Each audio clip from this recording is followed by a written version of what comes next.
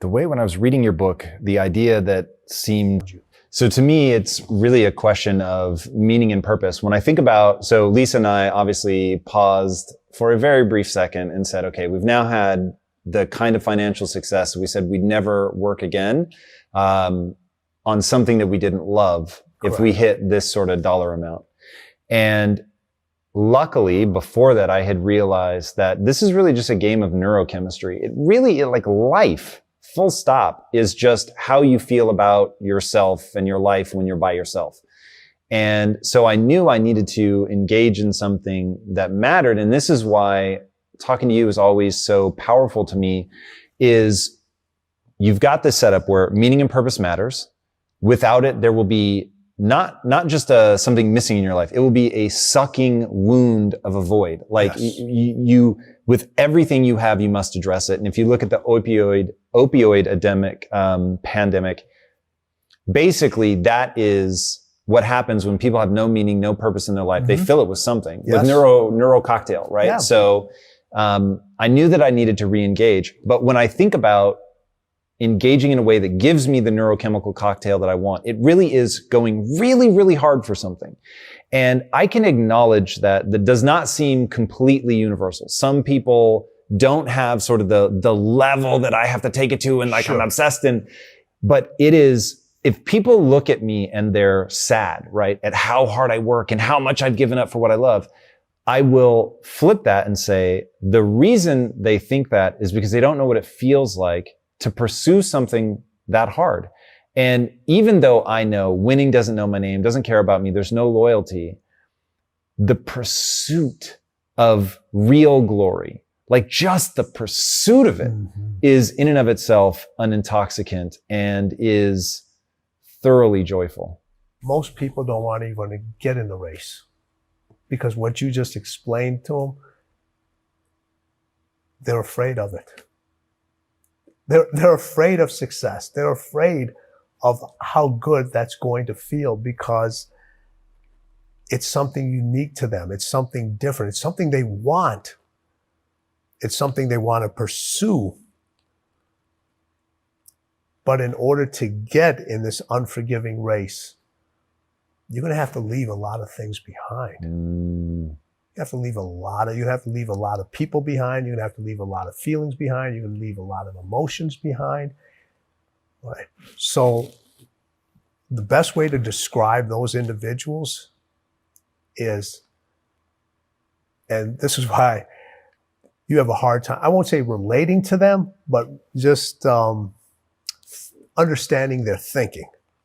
Right? Because we relate to people in different ways all the time.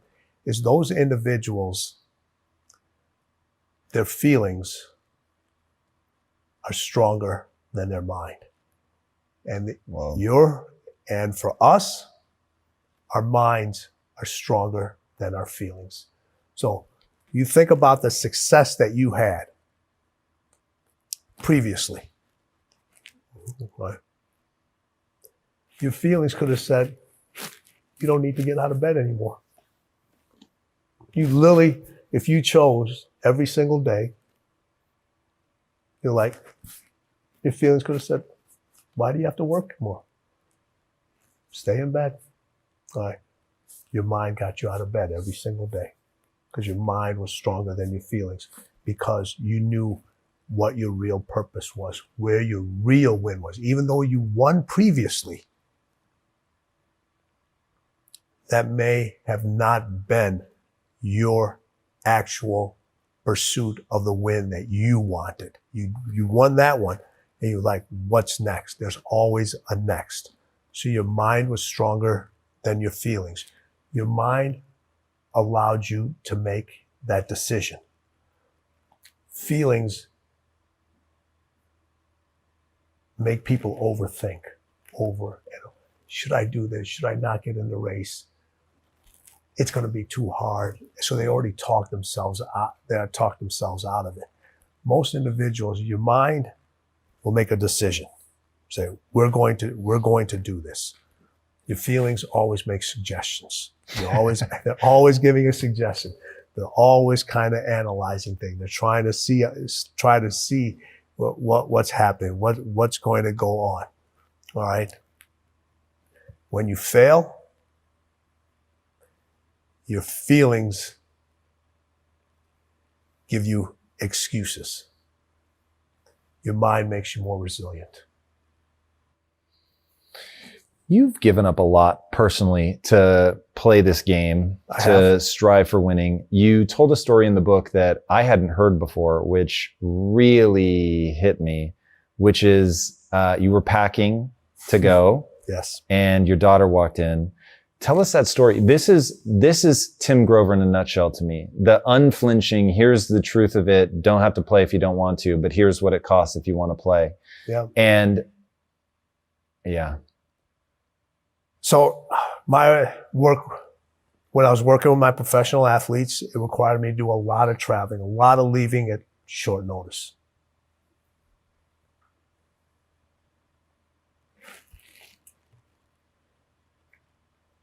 And this story gets me every time. So when people say it didn't hurt, it still hurts.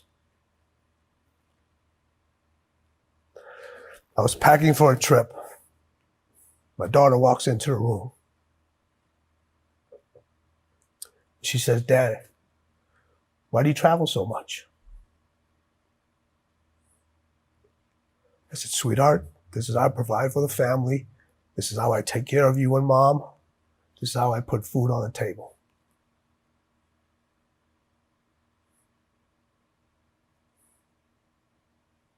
She looks at me, says, "Daddy, if I eat less, will you stay home more?"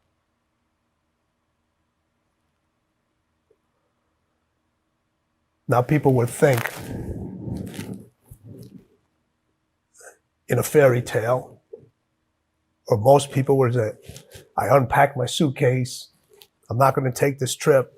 Honey, let's go grab some ice cream or let's go out. I kept packing.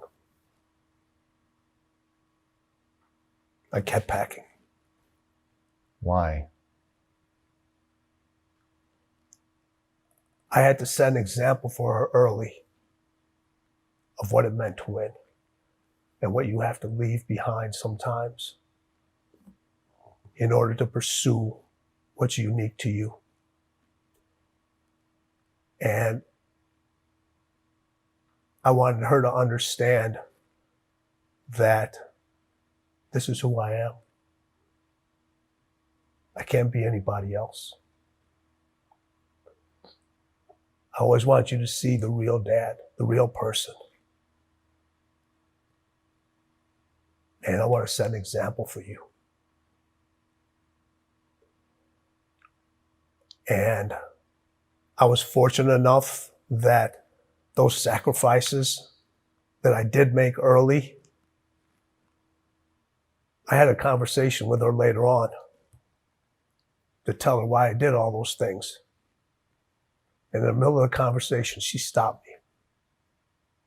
She goes, "I get it. I understand." She saw the results. She saw how it brought us closer together. She understood my dedication to my craft and what it took to excel and what it took to be different and what it took to stand by unpopular decisions of others, knowing that every successful person that I've met, every successful person that I know had to make those decisions over and over again that affect other individuals that are so close and so dear to them.